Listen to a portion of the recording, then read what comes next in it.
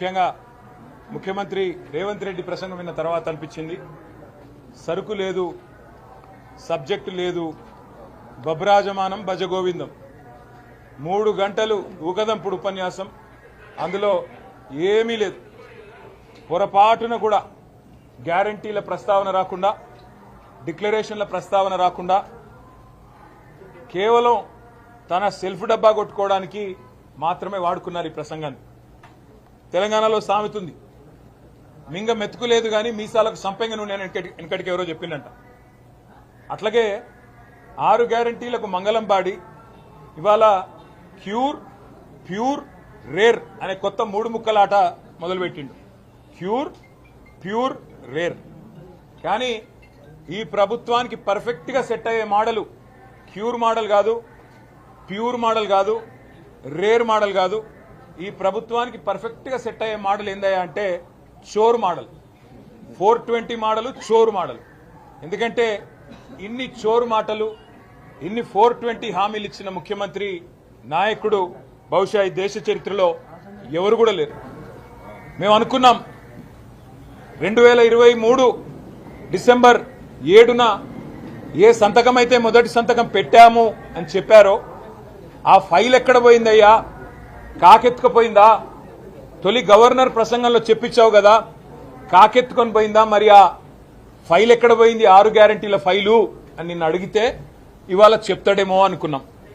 సిట్టేస్తాడో, లేకపోతే అరే ఆ ఫైల్ దొరికింది తీసుకొచ్చినా అని చెప్పి శాసనసభ ముంగట పెడతాడో, లేకపోతే ఈ ఫైల్ దొరికి మరి ఆ ఫైల్ ఇన్ని రోజులు అమలు చేయనందుకు ఎవరన్నా అధికారుల్ని బర్తరఫ్ చేస్తాడేమో అనుకున్నాం. కానీ చూస్తే ఆ ఫైల్ ఎవరో ఎత్తుకపోలేదు, ఓటుకు నోటు దొంగ రేవంత్ రెడ్డి ఎత్తుకపోయిందని మాకు అర్థమైంది. ఎందుకంటే ఇవాళ ఆయన మాటలు వింటుంటే ఆయన మానసిక స్థితి పట్ల కూడా మాకు కొంత ఆందోళన ఉన్నది. ఇట్లాంటి మానసిక సంతులనం లేని వ్యక్తి ఈ రాష్ట్రాన్ని నడుపుతుంటే నిజంగా కూడా ఈ రాష్ట్ర ప్రజలు కూడా ఆలోచించాలి. ఈ మహానుభావుని ఇంకో 2-2.5 ఏళ్లు భరించాలి అంటే ఏ రకంగా భరించాలి ఆలోచించమని నేను చెప్పి కోరుతా ఉన్నా. మాకు అనుమానం వచ్చింది, ఈ 6 గ్యారంటీల ఫైల్ ఏదైతే ముఖ్యమంత్రి గారు సంతకం పెట్టారు అని తొలి గవర్నర్, ఆనాటి తెలంగాణ గవర్నర్ సౌందరరాజన్ గారు చెప్పారో, ఈ ప్రభుత్వం వచ్చిన తర్వాత మరి ఆ ఫైల్ ఏమన్నా మొన్న ఫోరెన్సిక్ ల్యాబ్ లో కాలిపోయిందేమో, ఆ అగ్ని ప్రమాదంలో ఏదైతే అనుమానాస్పదంగా జరిగిన అగ్ని ప్రమాదం ఉంది కదా అక్కడేమన్నా పోయిందేమో అనుకున్నాం.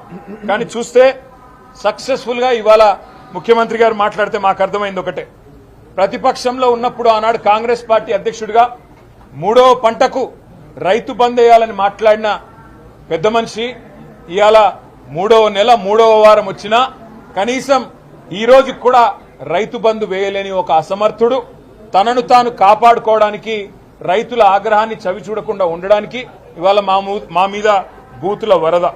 మీరు గమనిస్తే బాకీ పడ్డ పెట్టుబడి సాయాన్ని ఎప్పుడు ఇస్తాడో చెప్పలేదు. రైతు బంధు మరి ఇవాళ రాహుల్ బంధుగా మారిపోయింది. మేము అడుగుదాం అనుకున్నాం, మైక్ ఇస్తాడేమో స్పీకర్ గారు, ఎట్లాగూ వాళ్ళు ఎత్తుకపోయిన ఎమ్మెల్యేలు కూడా మా ఎమ్మెల్యేలు అంటుండు కదా, కనీసం దయదలిచి మైక్ ఇస్తాడేమో అనుకున్నాం. కానీ ఇవాళ పరిస్థితి ఏంటంటే ఆయన చెప్తున్నాడు చాలా గొప్పగా, నేను రైతు బంధు వేసినా కానీ పడ్డదో లేదో నాకు తెలియదు అని. మేము అడుగుదాం అనుకున్నాం, మరి వేసినావు, ఏ ఖాతాలో వేసినావో చూసుకోలేదా? రైతుల ఖాతాల్లో వేసినవా, రాహుల్ గాంధీ గారి ఖాతాల్లో వేసినవా చెప్తాడేమో అనుకున్నాం, పత్తా లేడు.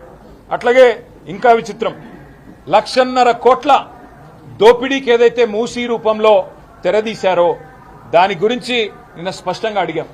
16,000 కోట్లతో అయిపోయే పనికి 1,50,000 కోట్లు ఎందుకు? మొత్తం కేసీఆర్ గారు కట్టిన ఇల్లు పెట్టిన పొయ్యిలాగా తయారు చేసి పెట్టింది నీకు. 32 STPలు కట్టి నీటి శుద్ధి చేస్తా ఉన్నాం, 2,000 MLD, అది కేసీఆర్ గారు చేసిందే. గోదావరి నీళ్లను మూసీకి అనుసంధానం చేసే కార్యక్రమం మొత్తం కేసీఆర్ గారు చేసిందే. గోదావరి నీళ్లు కాళేశ్వరం ద్వారా హైదరాబాద్ దాకా తెచ్చింది కేసీఆర్ గారే. 3వది, నువ్వు ఇస్తానంటున్న డబుల్ బెడ్రూమ్ ఇల్లు నిర్వాసితులకి, అది కట్టింది కూడా కేసీఆర్ గారే. మరి దీని గురించి ఏమన్నా చెప్తాడేమో, ఆ 1,50,000 కోట్లు ఎందుకు చెప్తాడేమో అనుకుంటే దాని ప్రస్తావన లేదు.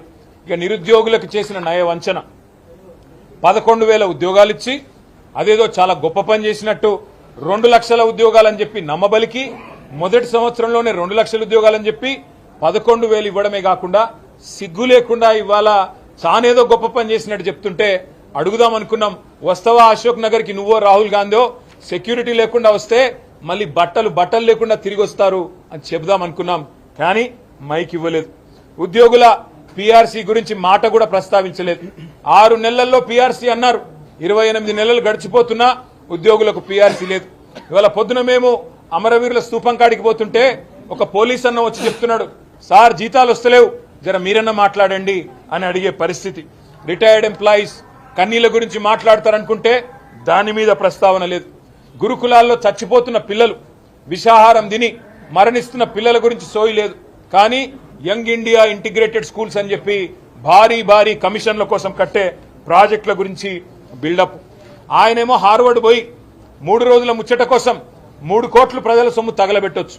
కానీ తెలంగాణలో ఉన్న లక్షలాది మంది పిల్లలకిచ్చే ఫీజు రీయింబర్స్మెంట్ గురించి ఒక్క మాట చెబుతాడేమో అనుకుంటే ఆ సోయి లేదు, ఆ స్పృహ లేదు. కనీసం పిల్లలంటే ప్రేమ కూడా లేదు ఈ ప్రభుత్వానికి. గవర్నర్ గారితో పచ్చి అబద్దాలు చెప్పించినందుకు నిజానికి మేము చెప్పాల్సింది అభినందన కాదు, ఈ ప్రభుత్వానికి అభిశంసన. కానీ ఇవాళ సిగ్గు లేకుండా ముఖ్యమంత్రి నోరు బారేసుకోవడమే కాదు, మళ్ళీ చిల్లర మాటలు ఇష్టం వచ్చినట్టుగా మాట్లాడుతూ ఉన్నాడు.